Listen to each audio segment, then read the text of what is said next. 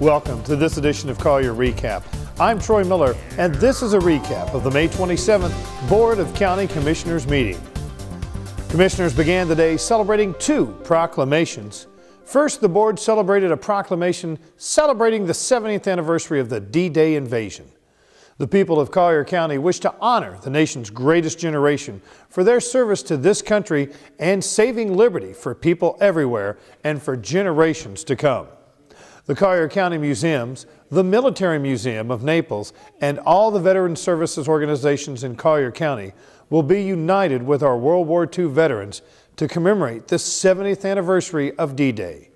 Brigitte Van de Hoven-Smith from the Friends of the Museum invited everyone to Collier County's D-Day celebration. I just wanted to tell you on the 7th of June at 10 o'clock, there is going to be this ceremony to honor our World War II veterans, and might be the last big ceremony where we'll have those veterans present. So it's important that for maybe the last time we honor them really seriously and with dignity. So on the 7th of June at 10 a.m., thank you so much. Where at? At the Naples Depot Museum. May was designated Bicycle Safety Month. Residents and visitors of Collier County experience the joys of bicycling, and the Board of County Commissioners recognizes the use of bicycles as a viable and environmentally sound means of transportation and an excellent form of family recreation. The education of cyclists and motorists regarding the proper and safe operation of bicycles as a means of transportation on public roadways is important to ensure the safety and comfort of all users. The proclamation was accepted by Kathy Farber. As you all know, Naples Pathway Coalition is working for the last 10 years now and connecting all those missing links between Collier County and Naples so that we have safe paths for pedestrians and cyclists. Thank you very much.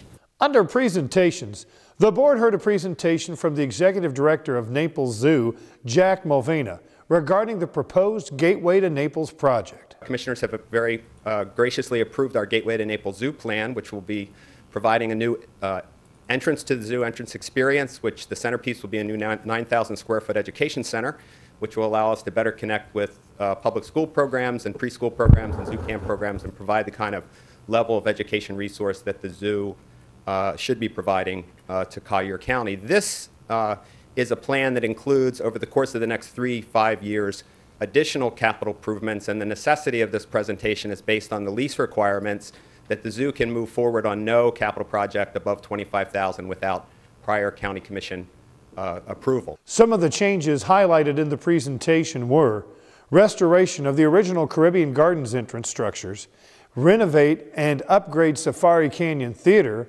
as well as 10 other significant exhibit and amenity improvements. This year, the zoo celebrates 4 anniversaries: 95 years as a botanical garden, 60 years being open to the public, 45 years as a zoo, and 10 years since the vote to purchase the land. Commissioners heard a public petition from Peter Tierney asking that the trees in his yard be declared specimen trees and allowed to remain. Mr. Tierney outlined his request to the board. I'm really asking for a petition to consider the trees in my yard under the Specimen Tree Code, LDC, which was recommended to me by county staff. By the way, they've been very helpful and understanding. They've been on site. I believe it's Summer still here. Summer's here, and Nick Castellanguido has been fantastic in coming by and helping me understand the situation.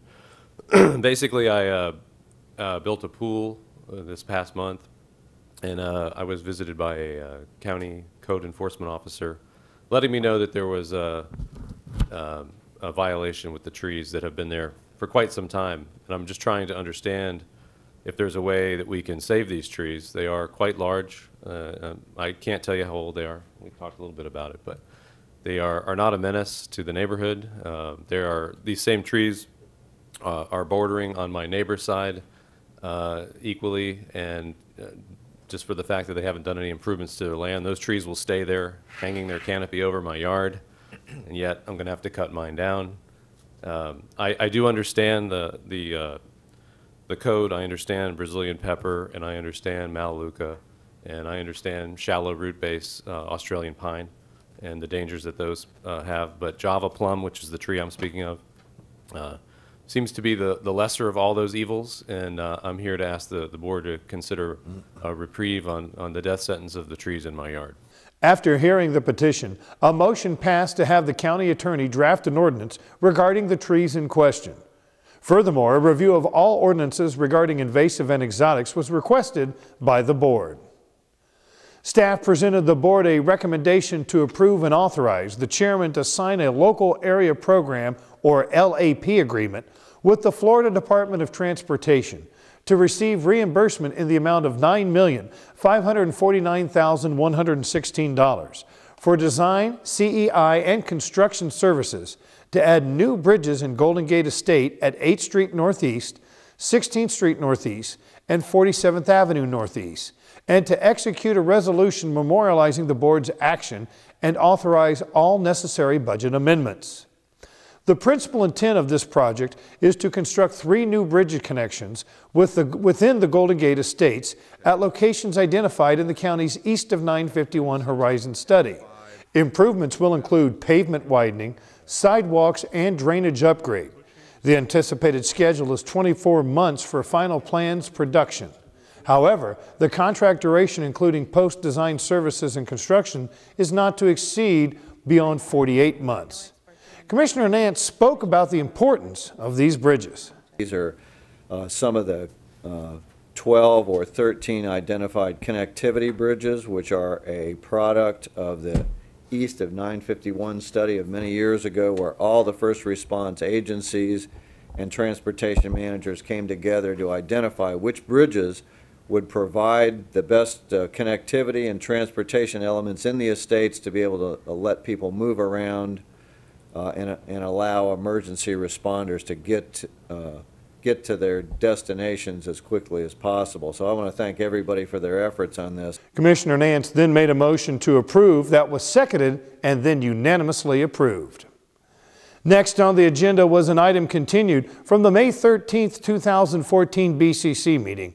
A recommendation to direct staff to bring back an expedited amendment to Land Development Code Section 2.03.07.G.6b, adjusting the date for program participation regarding Immokalee non-conforming mobile home parks to January 9th, 2020.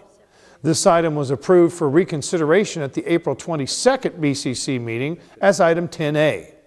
After much discussion, the board approved a motion made by District 5 Commissioner Tim Nance to direct staff to work with the county attorney establishing an as-built program for Immokalee mobile home parks and/or bring back to the board any other program at a future date for their consideration.